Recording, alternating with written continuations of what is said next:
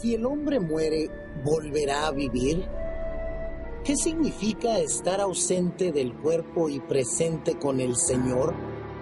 ¿Fue Jesús con el ladrón al paraíso el Viernes Santo? ¿Claman en realidad las almas de los muertos debajo del altar? El pastor Bo responde a estas y otras preguntas en la serie extraordinaria Textos Difíciles sobre el estado de los muertos. Oremos.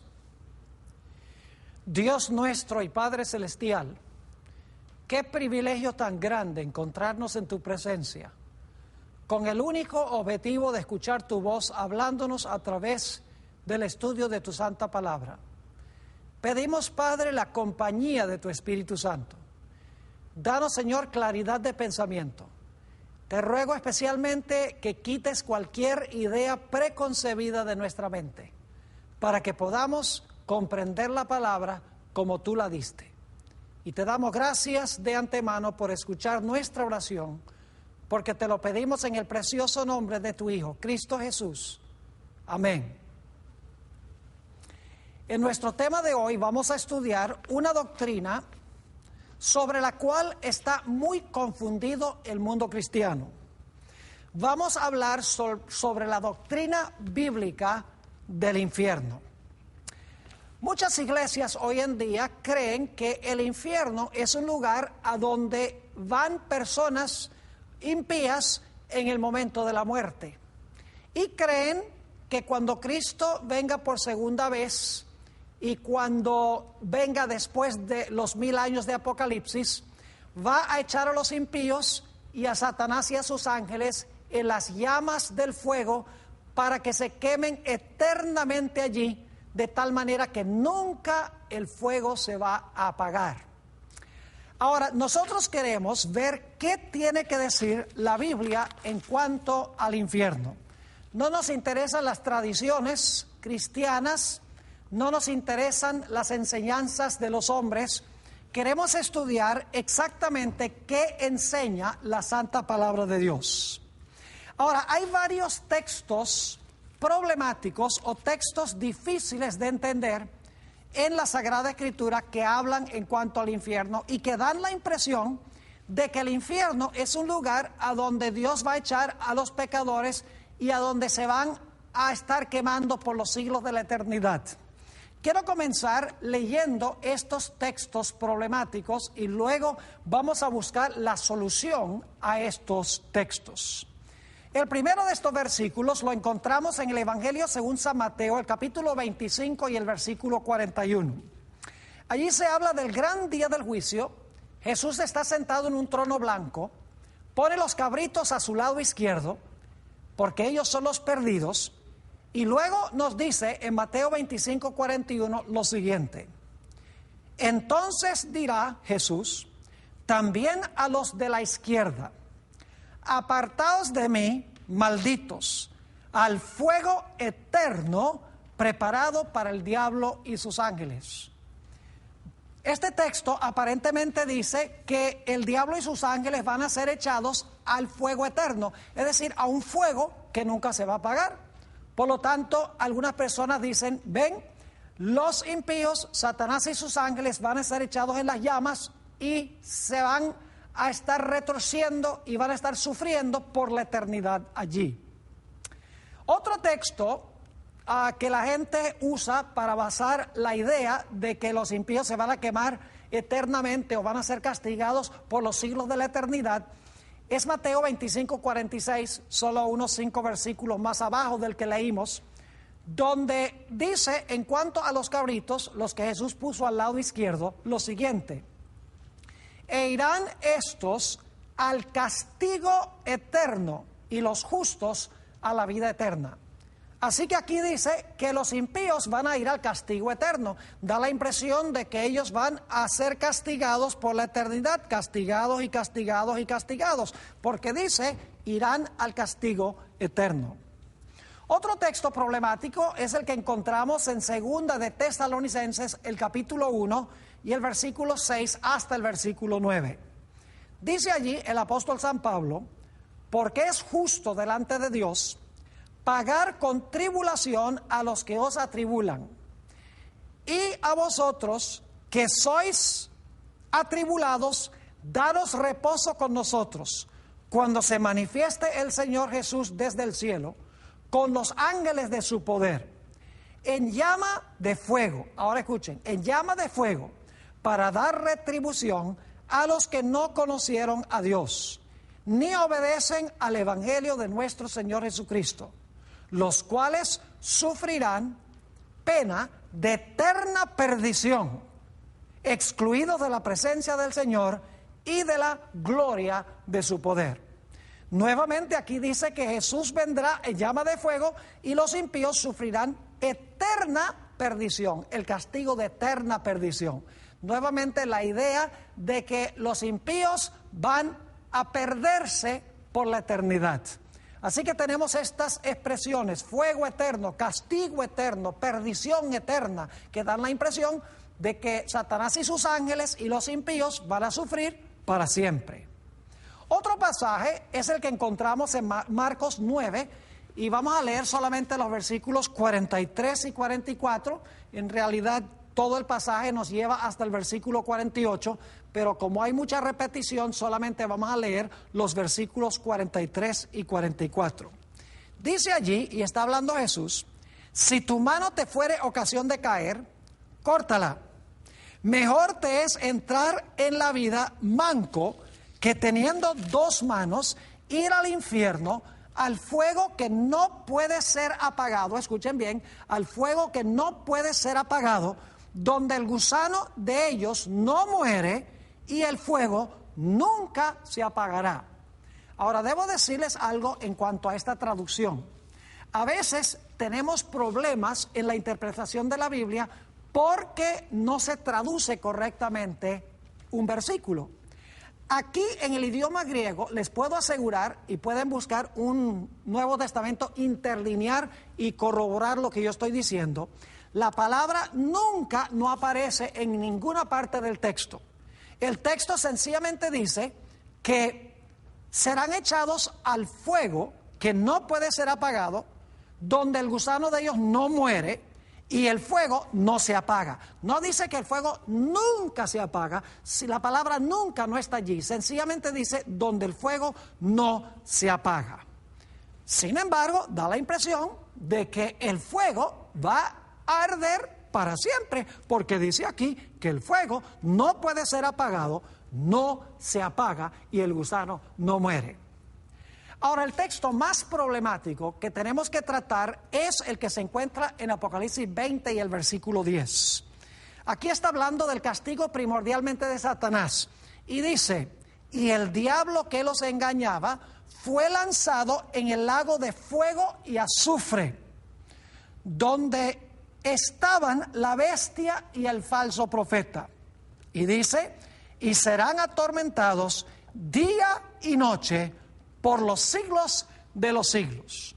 Así que aquí da la impresión de que Satanás va a sufrir por siglos y siglos. La versión del 60 no traduce para siempre, pero sí dice por los siglos de los siglos. Es decir, da la impresión de que Satanás y sus ángeles van a estar en el fuego por siglos y siglos. Ahora, necesitamos nosotros entonces mirar cuál es el significado en realidad de estas expresiones: fuego eterno, castigo eterno, perdición eterna, fuego que no puede ser apagado, gusano que no muere, y finalmente tormento día y noche por los siglos de los siglos. ¿Qué significan estas expresiones? En realidad, lo que queremos hacer primero es discutir el asunto de lo que significa el fuego eterno según la Sagrada Escritura. Y para entender esto necesitamos ir a Génesis 19 y voy a leer los versículos 24, 25 y luego el versículo 28. Note lo que dice en Génesis 19, 24, hablando de la destrucción de Sodoma y Gomorra. Entonces Jehová hizo llover sobre Sodoma y sobre Gomorra azufre y fuego de parte de Jehová desde los cielos. Quiero que noten los detalles. fuego y azufre, que dice, vino de parte de Jehová desde los cielos. Y dice, y destruyó las ciudades y toda aquella llanura con todos los moradores de aquellas ciudades y el fruto de la tierra. Y luego saltamos al versículo 28, dice, y miró Abraham hacia Sodoma y Gomorra y hacia toda la tierra de aquella llanura miró. Y he aquí que el humo subía de la tierra como el humo de un horno. Así que noten, fuego y azufre que caen desde Dios en el cielo. Sobre las ciudades cae este fuego y este azufre, se consumen y dice que el fuego o el humo de las ciudades asciende. Ahora, es interesante notar la clase de fuego que destruyó a Sodoma y a Gomorra. Judas, el versículo 7, nos dice algo muy interesante en cuanto al fuego que destruyó las ciudades. Dice allí, en Judas 7, es un libro que tiene solo un capítulo, como Sodoma y Gomorra y las ciudades vecinas, las cuales de la misma manera que aquellos, habiendo fornicado e ido en pos de vicios contra la naturaleza, fueron puestas por ejemplo, sufriendo el castigo del fuego eterno. Noten que nos dice aquí que las ciudades de Sodoma y Gomorra sufrieron el castigo del fuego eterno. Es decir, el fuego que destruyó a Sodoma y Gomorra fue fuego eterno, según dice aquí. Pero yo quiero que ustedes noten que Sodoma y Gomorra se apagaron. Entonces, ¿cómo es que el fuego fue eterno? Noten lo que dice Segunda de Pedro, el capítulo 2 y el versículo 6. Segunda de Pedro 2:6 dice, hablando de Dios, y si condenó por destrucción a las ciudades de Sodoma y Gomorra, reduciéndolas a ceniza y poniéndolas de ejemplo a los que habían de vivir impíamente. Noten que nos dice aquí que las ciudades de Sodoma y Gomorra fueron reducidas a cenizas. Ahora yo pregunto, ¿puede usted quemar cenizas? ¿Puede consumir cenizas? Claro que no. Las cenizas son el fruto de todo lo que puede ser consumido. Es decir, cuando hay cenizas ya no hay nada más que consumir. Y lo que está consumiendo el fuego se apaga. Es decir, que las ciudades fueron destruidas con fuego eterno, pero se apagaron. Entonces, ¿cómo entendemos que el fuego era eterno y sin embargo las ciudades se apagaron y dejaron de quemarse?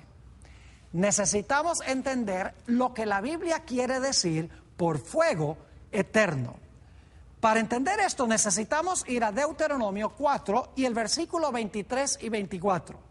Deuteronomio 4, 23 y 24, Dios está diciéndole a Israel que no practiquen la idolatría.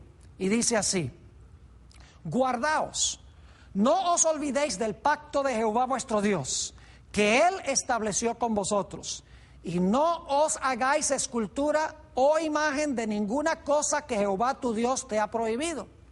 Porque Jehová tu Dios es fuego consumidor, Dios celoso. Noten que este texto nos dice que Dios es el fuego consumidor.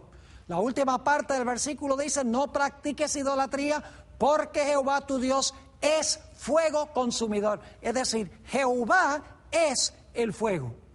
Esta idea es corroborada por el Nuevo Testamento. Hebreos el capítulo 12 y los versículos 28 y 29 nos dicen lo siguiente en cuanto al fuego eterno, en cuanto a Dios como el fuego. Declara, así que, recibiendo nosotros un reino inconmovible, tengamos gratitud y mediante ella sirvamos a Dios, agradándole con temor y reverencia, porque nuestro Dios es fuego consumidor. Noten nuevamente que el fuego consumidor es Dios. Y alguno dice, pastor, entonces usted está diciendo que Dios es un montón de llamas de fuego. Claro que no. El fuego consumidor en realidad representa algo en cuanto a Dios.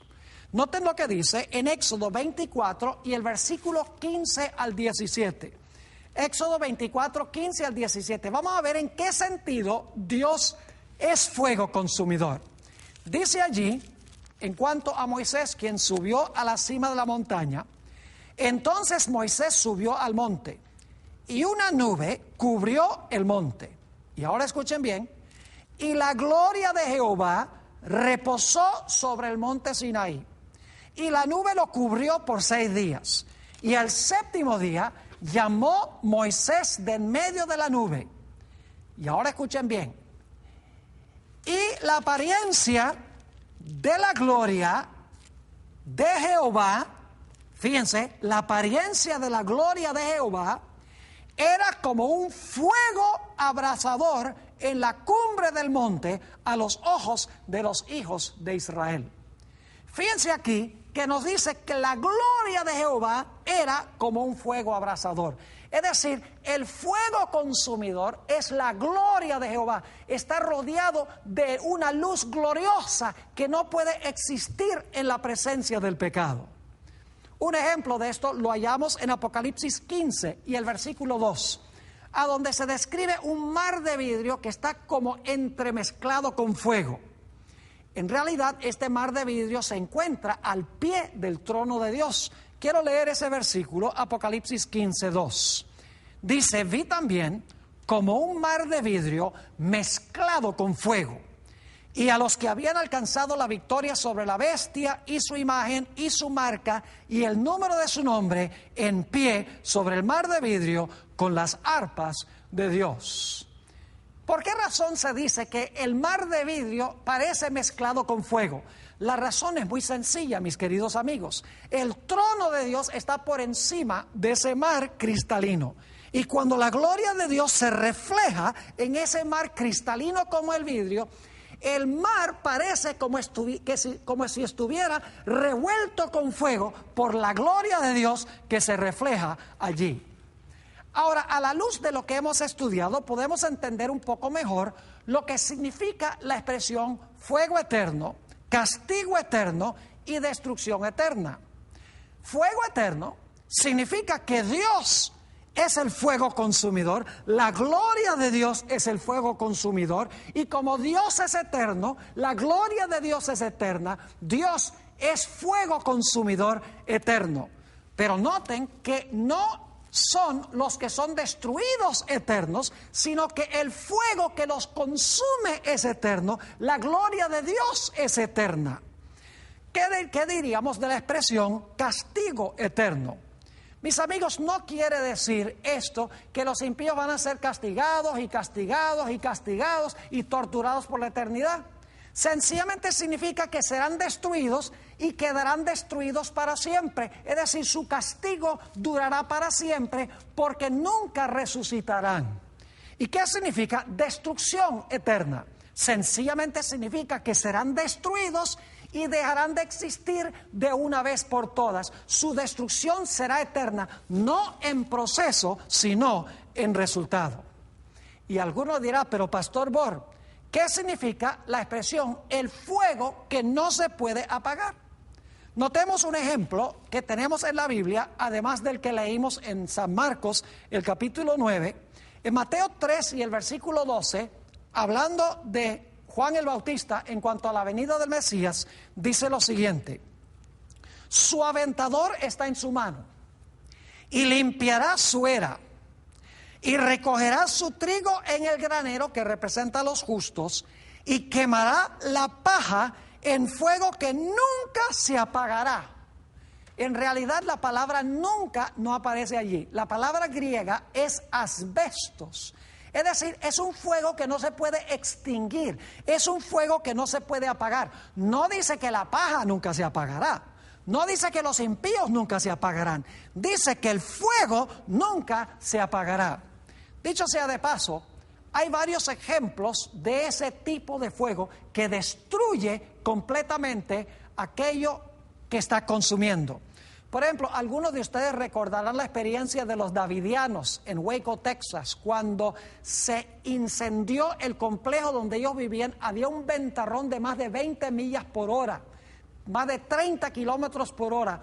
Era un fuego que ningún departamento de bomberos podía apagar. Es decir, era fuego que no se podía apagar. No significa que no se apagaron esos edificios finalmente cuando fueron reducidos a cenizas. También podríamos pensar de los edificios de la Iglesia Adventista alrededor del año 1900. Varios edificios se quemaron, entre ellos la imprenta y el sanatorio y la iglesia de Battle Creek, porque Dios estaba tratando de indicarle a la Iglesia Adventista de que se esparciera por diferentes sitios y que no se centralizara solamente allí en Battle Creek. Pero es interesante que cuando se quemó el sanatorio, el jefe de los bomberos dijo esto: estos incendios adventistas son raros, pues el agua funciona más como gasolina que agua. Es decir, que el departamento de bomberos no podía apagar esos fuegos. Era fuego inapagable.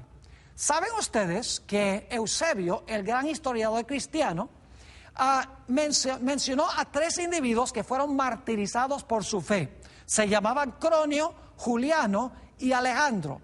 Y dice Eusebio que estos hombres fueron quemados con fuego asbesto, es decir, con fuego que no se podía apagar. Ahora, ¿significa que nunca se apagaron estos mártires? Lógico, una vez que se consumieron y fueron reducidos a ceniza, se apagaron.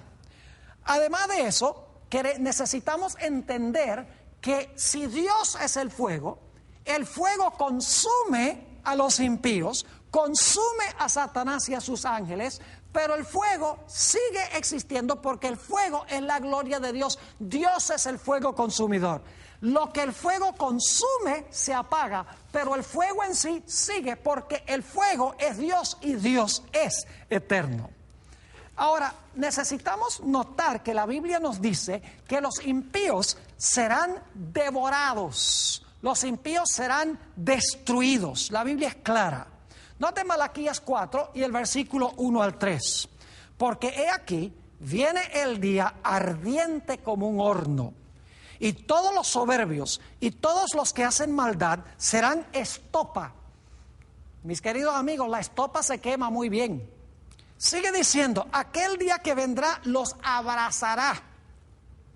Ha dicho Jehová de los ejércitos, y no les dejará, fíjense, no les dejará ni raíz ni rama. La raíz es Satanás y las ramas son sus seguidores. Como Jesús dijo, yo soy la vid, vosotros los pámpanos. Jesús es la vid, los pámpanos son sus seguidores. Sigue diciendo, mas a vosotros, los que teméis mi nombre, nacerá el sol de justicia y en sus alas traerá salvación. Y saldréis y saltaréis como becerros de la manada. Hollaréis a los malos, y ahora escuchen bien, los cuales serán ceniza bajo las plantas de vuestros pies en el día en que yo actúe, ha dicho Jehová de los ejércitos. Fíjense que cuando llega ese día ardiente como un horno, que va a abrazar a los impíos, que no va a dejar ni raíz ni rama, la Biblia nos dice que los impíos finalmente serán cenizas bajo los pies del pueblo de Dios.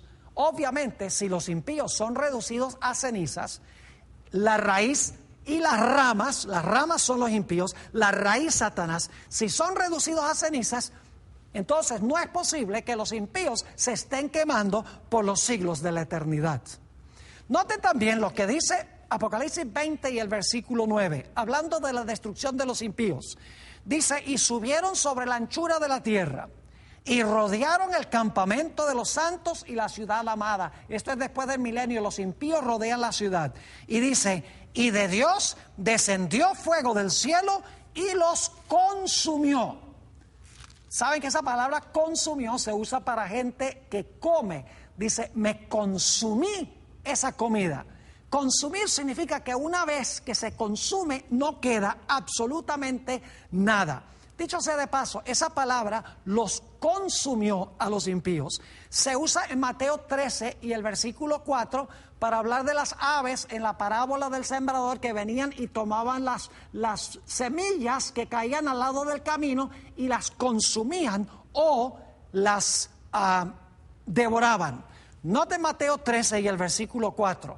Y mientras sembraba, parte de la semilla cayó junto al camino y vinieron las aves y la comieron. o una mejor traducción sería la devoraron. Noten Apocalipsis 21 y el versículo 8, hablando de la destrucción final de los impíos. Dice, pero los cobardes e incrédulos, los abominables y homicidas, los fornicarios y hechiceros, los idólatras y todos los mentirosos tendrán su parte en el lago que arde con fuego y azufre, que es la muerte segunda. Fíjense que los impíos sufrirán en el fuego y el azufre la muerte segunda. Como hemos visto, la muerte primera lleva al individuo a no saber absolutamente nada, queda inconsciente. Pero, como hemos visto, los justos quedan grabados en los libros de Dios, en el libro de Dios, y entonces Él les va a devolver una vez más su carácter cuando los resucite de los muertos.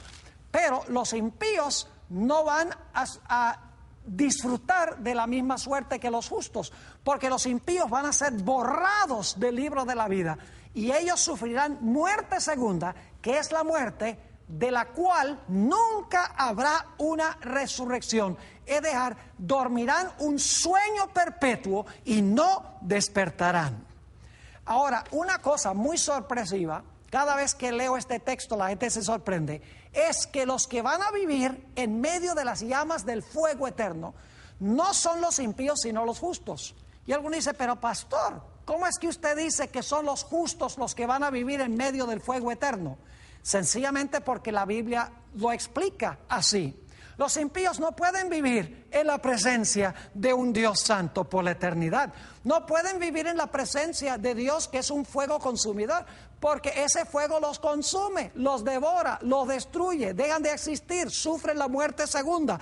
Pero los justos, que tienen el carácter de Dios, podrán vivir en la presencia de Dios, quien es fuego consumidor, y no ser destruidos. Noten Isaías 33, 14 y 15. Los pecadores se asombraron en Sión. Espanto sobrecogió a los hipócritas. Y luego se hace la pregunta, ¿quién de nosotros morará con el fuego consumidor? ¿Quién de nosotros habitará con las llamas eternas? Fíjense la pregunta, ¿quién va a habitar con las llamas eternas? ¿Quién va a morar con el fuego consumidor? Escuche la respuesta. El que camina en justicia y habla lo recto, el que aborrece la ganancia de violencias, el que sacude sus manos para no recibir cohecho, el que tapa sus oídos para no oír propuestas sanguinarias, el que cierra sus ojos para no ver cosa mala. ¿Se fijaron que son los justos los que van a vivir con el fuego consumidor y habitar con las llamas eternas? Porque los impíos no podrían subsistir. El fuego los consumiría. Ahora saben que el fuego común y corriente necesita combustible para reabastecerse, pero Dios no necesita algo que consumir para abastecerse. Es decir, Dios como fuego consumidor es autoabasteciente. Ahora necesitamos hacernos la pregunta, ¿por cuánto tiempo sufrirán los impíos? ¿Por cuánto tiempo sufrirá Satanás junto con sus ángeles? Bueno, vamos a notar en primer lugar que el sufrimiento será según las obras o según la vida de la persona, el grado de pecaminosidad. Noten Lucas 12, 47 y 48. Lucas 12, 47 y 48. Hay diferentes grados de castigo. Dice, aquel siervo que conociendo la voluntad de su Señor, no se preparó, ni hizo conforme a su voluntad, recibirá muchos azotes, fíjense. Mas el que sin conocerla hizo cosas dignas de azotes, será azotado poco, porque a todo aquel a quien se haya dado mucho, mucho se le demandará, y el que mucho se le haya confiado, más se le pedirá. Es decir, hay grados de castigo dependiendo de la cantidad de luz que hemos recibido y el uso que hemos hecho de esa luz. También en Apocalipsis 20 y el versículo 13 nos explica que el castigo será conforme a las obras que se cometieron mientras vivimos en este cuerpo mortal y corruptible. Dice allí en Apocalipsis 20 y el versículo 13, y el mar entregó los muertos que había en él, y la muerte y el Hades que es el sepulcro, ya lo hemos estudiado, y la muerte y el Hades entregaron los muertos que había en ellos y fueron juzgados cada uno según sus obras. Y fíjense que esto está hablando después del milenio. Este es el juicio solamente de los impíos. Cada uno es juzgado conforme a las obras que cometió mientras estaba vivo. Díganme ustedes, ¿ustedes creen que sería justo para Dios castigar a un pecador que no aceptó al Señor Jesucristo, pero en realidad vivió una vida bastante moral, pero sin aceptar a Jesús se condenó?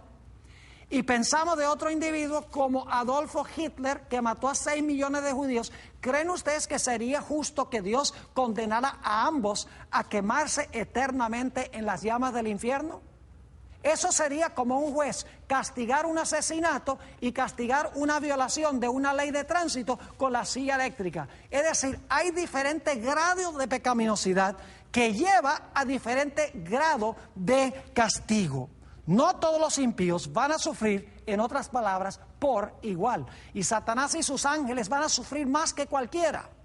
Ahora, un texto que a los adventistas les gusta mucho leer es Isaías 66, 22 y 23, a donde se habla de la observancia del sábado en el cielo y en la tierra nueva. Dice allí: porque como los cielos nuevos y la nueva tierra que yo hago permanecerán delante de mí, dice Jehová, así permanecerá vuestra descendencia y vuestro nombre.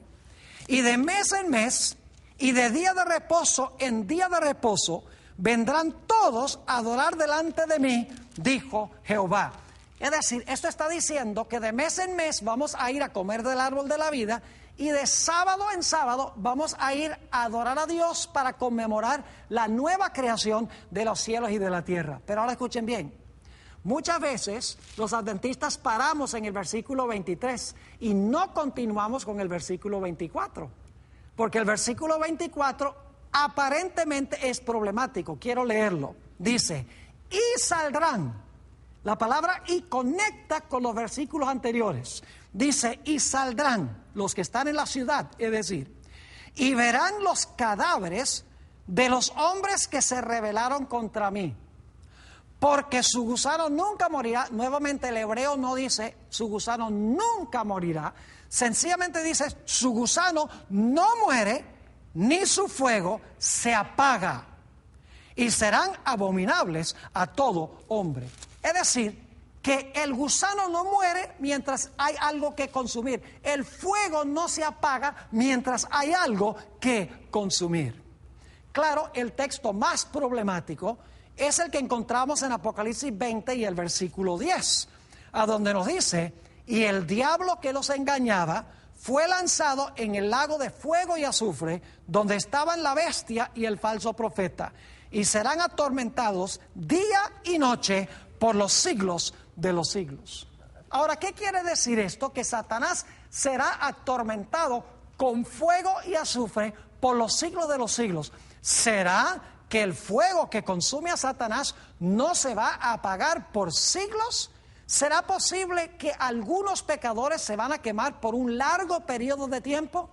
Mis queridos amigos, yo quiero decirles que la Biblia enseña que la gente se va a consumir de acuerdo a su grado de pecaminosidad. Pero escuchen bien, finalmente, no importa por cuánto tiempo tengan que consumirse, finalmente todos se van a apagar.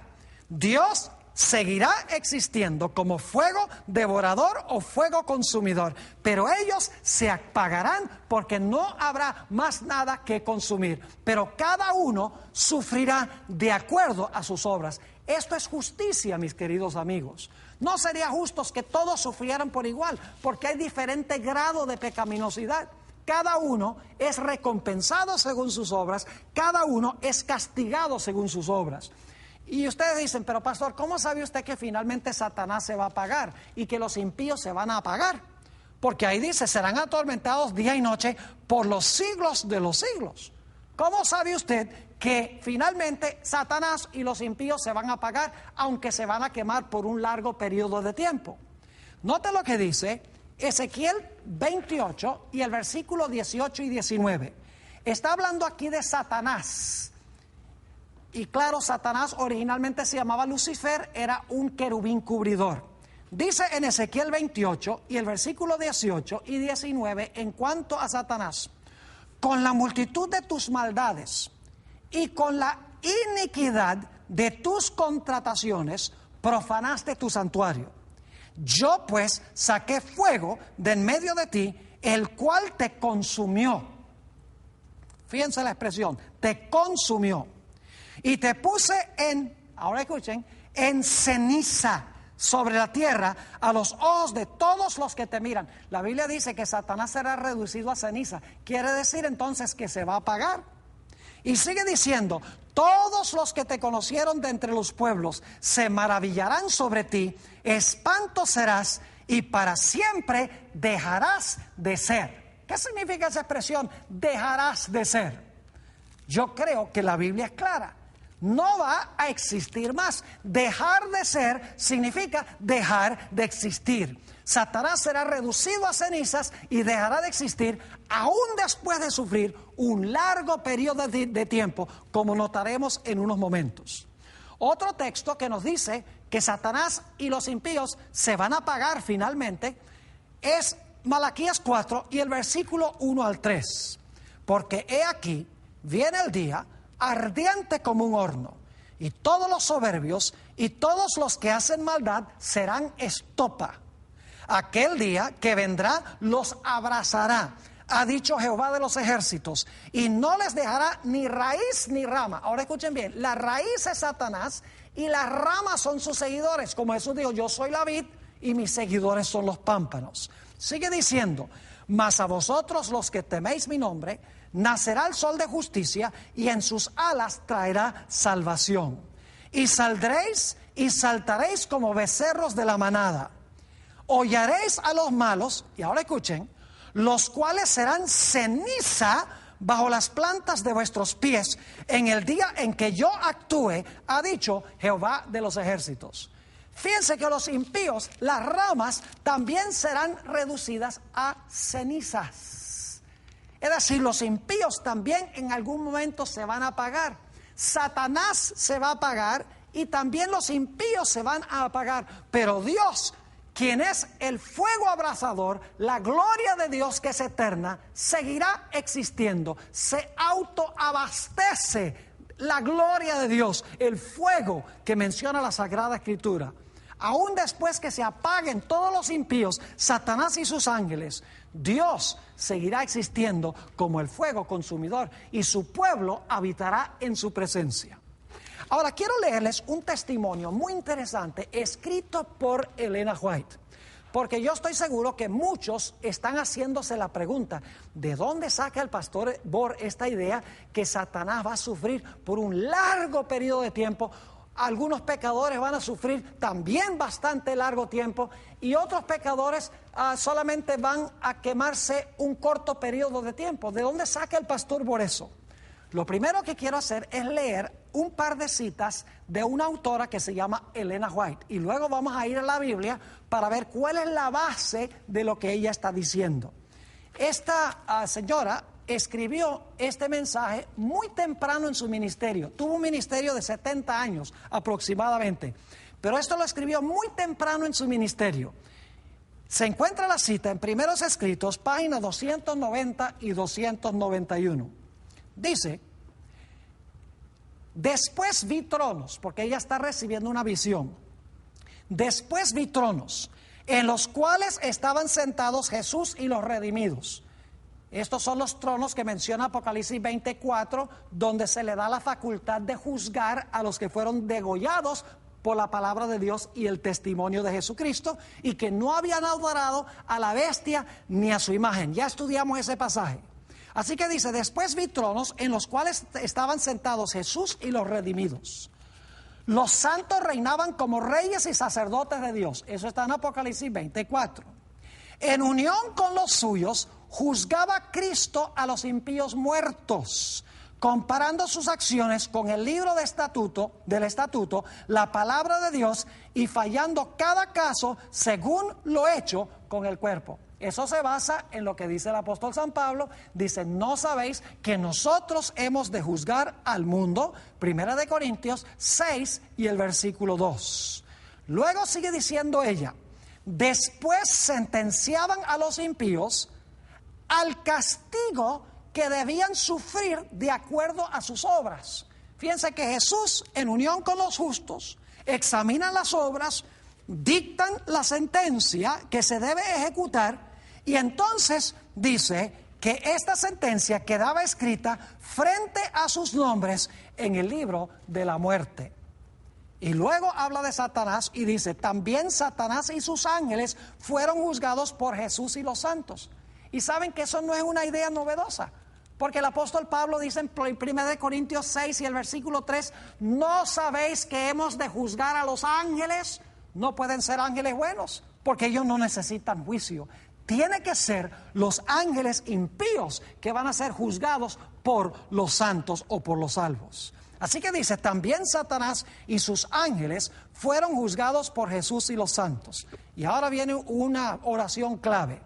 El castigo de Satanás había de ser mucho más terrible. Dicho sea de paso, Elena White escribió en inglés, esta es una traducción al español. En realidad, una mejor traducción sería, no como dice aquí en la traducción, que el castigo de Satanás había de ser mucho más terrible. En inglés la palabra es greater. Una mejor traducción sería que su castigo iba a ser mucho mayor. Y no mayor en intensidad de castigo, sino en longitud de castigo. Ya lo vamos a ver.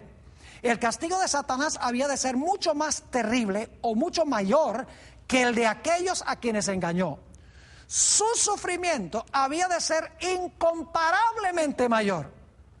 Es decir, el castigo de Satanás iba a ser tan grande en términos de longitud que ni siquiera se iba a comparar al castigo de los impíos. Sigue diciendo la autora, su sufrimiento iba a ser tanto mayor que el de ellos que no se admite comparación. Y luego dice, después de perecer todos los que fueron engañados por él, Satanás iba a continuar viviendo para sufrir mucho más tiempo. Es decir, el castigo es mayor en términos temporales, no en términos de agonía de castigo, aunque posiblemente eso también esté incluido. Así que dice, después de perecer todos los que fueron engañados por él, es decir, los impíos, Satanás iba a continuar viviendo para sufrir mucho más tiempo. Y yo personalmente creo que podría ser siglos. Y eso es lo que la Biblia quiere decir cuando habla de los siglos será atormentado. La segunda cita la encontramos en Primeros Escritos, página 294 y 295. Dice allí la autora, Satanás se precipitó en medio de sus secuaces, esto es después del milenio, e intentó incitar a la multitud a la acción, es decir, trata de animarlos que ataquen la ciudad. Pero llovió sobre ellos fuego de Dios desde el cielo y consumió conjuntamente al magnate, al noble, al poderoso, al pobre y al miserable. Vi que unos quedaban, fíjense bien, vi que unos quedaban pronto aniquilados. Algunos impíos quedaban pronto aniquilados porque es conforme a sus obras. Mientras que otros sufrían por más tiempo. A cada cual se le castigaba según sus obras. Es justicia. A cada uno se le pagaba según sus obras que habían hecho con su cuerpo. Ahora, escuchen. Algunos tardaban muchos días en consumirse. Algunos impíos tardaban muchos días, dice aquí, en consumirse. Y aunque una parte de su cuerpo estaba ya consumida, el resto conservaba plena sensibilidad para el sufrimiento. Y luego dice esto. Dijo el ángel, el gusano de la vida no morirá, ni el fuego se apagará mientras haya una sola partícula que consumir. Y luego sigue diciendo, Satanás y sus ángeles sufrieron largo tiempo. ¿Cuánto sería largo tiempo? Yo creo siglos. Y usted dice, pastor, ¿cómo sabe eso? Ya vamos a ver la razón bíblica. Satanás y sus ángeles sufrieron largo tiempo. Sobre Satanás pesaba no solo el castigo de sus propios pecados, aquí viene la explicación, sobre Satanás pesaba no solo el castigo de sus propios pecados, sino también el de todas las de la hueste redimida que habían sido puestos sobre él. Es decir, Satanás finalmente sufre la retribución final, no solo por todas las fechorías que él ha hecho, sino por todos los pecados que cometieron los fieles, los salvos. Luego dice, además debía sufrir por la ruina de las almas a quien engañara. Después, dice ella, vi que Satanás y toda la hueste de los impíos estaban consumidos y satisfecha la justicia de Dios.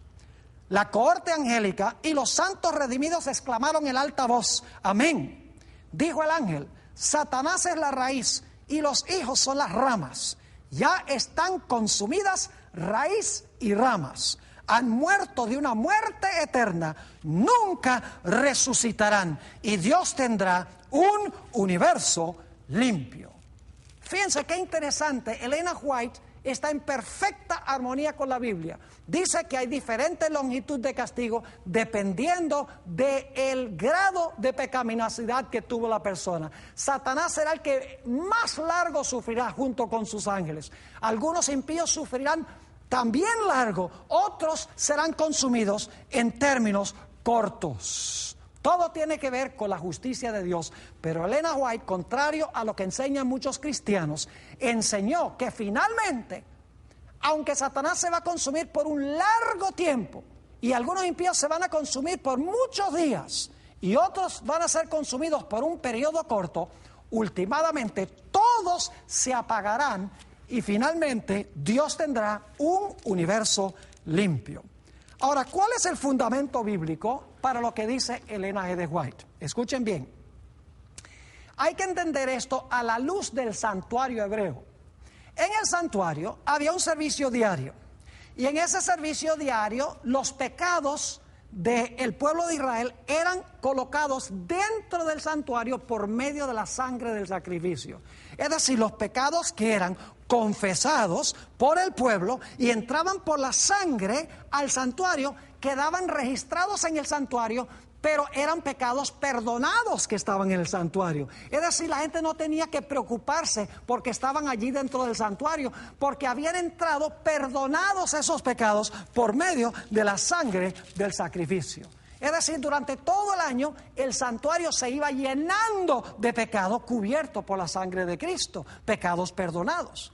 Pero una vez al año era necesario purificar el santuario de todos esos pecados que habían entrado durante el transcurso del año al santuario. Y ese se conocía como el gran día de la expiación. Y en el día de la expiación se escogían 2 machos de cabrío, uno para el Señor y otro para Azazel. Vamos a leer en cuanto a eso en Levítico 16 y el versículo 7. Dice, después tomará los 2 machos cabríos y los presentará delante de Jehová a la puerta del tabernáculo de reunión. Y lo interesante es que el macho cabrío para el Señor era sacrificado y todos los pecados eran purificados del santuario por la sangre de ese macho cabrío que era en honor al Señor o en honor a Jesús. Pero después que se había expiado el pecado, después que se había limpiado el santuario de los pecados, el sacerdote había traído sobre sí todos los pecados que habían entrado por la sangre al santuario. Ahora salía él a la puerta del tabernáculo del testimonio y hacía algo muy interesante. Levítico 16 y el versículo 20. Dice, cuando hubiere acabado el sumo sacerdote de expiar el santuario y el tabernáculo de reunión y el altar. Noten que aquí no se expía al pecador individual, sino que se expía el santuario, se limpia el santuario de los pecados que habían entrado durante el año. Dice, cuando hubiere acabado de expiar el santuario y el tabernáculo de reunión y el altar, hará traer el macho cabrío vivo. Y pondrá a Aarón sus 2 manos sobre la cabeza del macho cabrío vivo, y confesará sobre él todas las iniquidades de los hijos de Israel, todas sus rebeliones y todos sus pecados, poniéndolos así sobre la cabeza del macho cabrío Y luego noten, y lo enviará al desierto por mano de un hombre destinado para esto. Y aquel macho cabrío llevará sobre sí las iniquidades de ellos a tierra inhabitada y dejará ir al macho cabrío por el desierto. Este macho cabrío, Azazel, representa al demonio, representa a Satanás. Así lo entendían los judíos unánimemente. Lo interesante es que cuando el sumo sacerdote sacaba las iniquidades, los pecados y las inmundicias de Israel, cuando las sacaba del santuario por la sangre del primer macho cabrío que representaba a Jesús, luego se colocaban todas esas iniquidades, esos pecados y esas inmundicias sobre la cabeza de Azazel. Y luego Azazel era enviado al desierto, a un lugar que no estaba habitado. Dicho sea de paso, los únicos pecados que eran colocados, o la única responsabilidad que era colocada sobre Azazel, era por los pecados que habían entrado por la sangre del santuario. Es decir, solo los pecados que habían sido confesados y vencidos por la gracia de Cristo eran sacados del santuario y colocados sobre la cabeza de Azazel. Es decir, los únicos pecados que se colocaban sobre la cabeza de Azazel eran los pecados de los redimidos. Y saben que los impíos, que no habían metido sus pecados al santuario, que no afligían sus almas en el día de expiación, ellos mismos sufrían su castigo por el pecado. Esos pecados de los impíos no eran puestos sobre Azazel. Los impíos sufrían ellos mismos por esos pecados. Noten lo que dice en Levítico, el capítulo 23 y el versículo 29 y 30 sobre esto. Dice, porque toda persona que no se afligiere en este mismo día será cortada de su pueblo. Y cualquiera persona que hiciere trabajo alguno en este día, yo destruiré a la tal persona de entre el pueblo. El que no simpatizaba con la obra de la purificación del santuario era impío y por lo tanto sufría el castigo. Esa persona, esos pecados no eran colocados sobre la cabeza de Azazel. Ahora escuchen bien.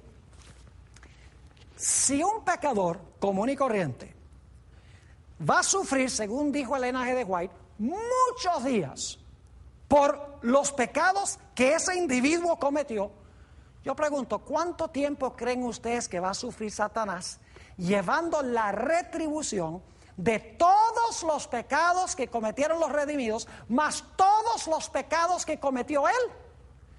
No es irrazonable decir que si él está sufriendo la retribución final por los pecados de todos los redimidos, de todas las épocas, y además de eso está sufriendo por los pecados que él mismo cometió, no es irrazonable pensar que Satanás y sus ángeles se van a quemar por un largo periodo de tiempo. Yo creo por eso es que Apocalipsis 20:10 dice, por los siglos de los siglos. El gusano no muere y el fuego no se apaga mientras está haciendo su obra. Ahora escuchen bien, la destrucción es la obra extraña de Dios. Dios por naturaleza es creador, no es destructor. Por eso en Isaías 28 y el versículo 21 dice, porque Jehová se levantará como en el monte Perasim, como en el valle de Gabaón se enojará, para hacer su obra, su extraña obra, y para hacer su operación, su extraña operación. Es decir, la destrucción es algo extraño para Dios. La Biblia nos dice que finalmente el azufre y el fuego van a caer sobre la tierra. Es decir, el infierno va a ser en la tierra. Por eso el infierno no puede ser eterno, porque la Biblia dice que Dios va a hacer un cielo nuevo y una tierra nueva. ¿Cómo va a ser un cielo nuevo y una tierra nueva si el infierno es eterno y está ardiendo en la superficie de la tierra? Noten Apocalipsis 20 y el versículo 7 al 10. Cuando los 1000 años se cumplan, Satanás será suelto de su prisión y saldrá a engañar a las naciones que están en los 4 ángulos de la tierra, a Gog y a Magog, a fin de reunirlos para la batalla, el número de los cuales es como la arena del mar. Y subieron sobre la anchura de la tierra y rodearon el campamento de los santos y la ciudad amada. Y de Dios descendió fuego del cielo, fíjense, como Sodoma y Gomorra, y los consumió o los devoró.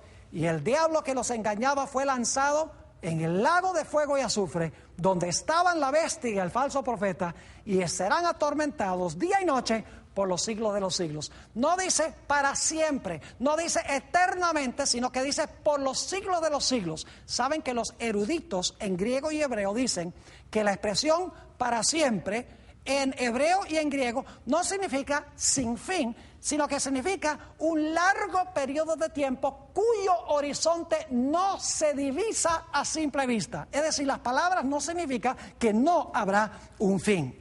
Y luego la Biblia nos dice que después que Dios destruya a Satanás y a sus ángeles y a los impíos, Dios va a hacer un cielo nuevo y una tierra nueva.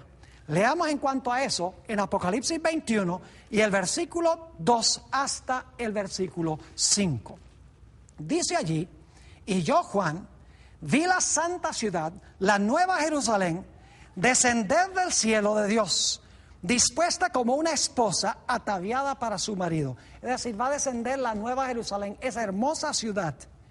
Y oí una gran voz del cielo que decía: he aquí el tabernáculo de Dios con los hombres, y Él morará con ellos, y ellos serán su pueblo, y Dios mismo estará con ellos como su Dios. Enjugará Dios toda lágrima de los ojos de ellos. Y ya no habrá muerte. ¿Cómo es que se puede decir que ya no habrá muerte si los impíos están por allá en un lugar quemándose y muriendo por los siglos de la eternidad? La Biblia dice: enjugará Dios toda lágrima de los ojos de ellos, y ya no habrá muerte, ni habrá más llanto, ni clamor, ni dolor. Fíjense, no van a estar gritando los impíos en un rincón donde se están quemando para siempre. Dice: porque las primeras cosas pasaron. Y el que estaba sentado en el trono dijo: he aquí, yo hago nuevas todas las cosas. Y me dijo: escribe, porque estas palabras son fieles y verdaderas. Mis queridos amigos, el Espíritu Santo ahora quiere, como fuego espiritual, consumir el pecado en tu vida. Quiere limpiar tu vida de la presencia del pecado. Porque el Espíritu Santo es fuego consumidor para el pecado. Y si tú consientes, el Espíritu Santo consumirá el pecado. Pero escucha bien, si insistes en aferrarte a tu pecado, el pecado finalmente terminará destruyéndote. Porque Dios no puede habitar en la presencia del pecado. Así que mi oración es que nosotros aceptemos en nuestra vida la obra del Espíritu Santo, que consuma el pecado en nuestra vida, de tal manera que podamos habitar para siempre en la presencia del fuego consumidor de un Dios santo.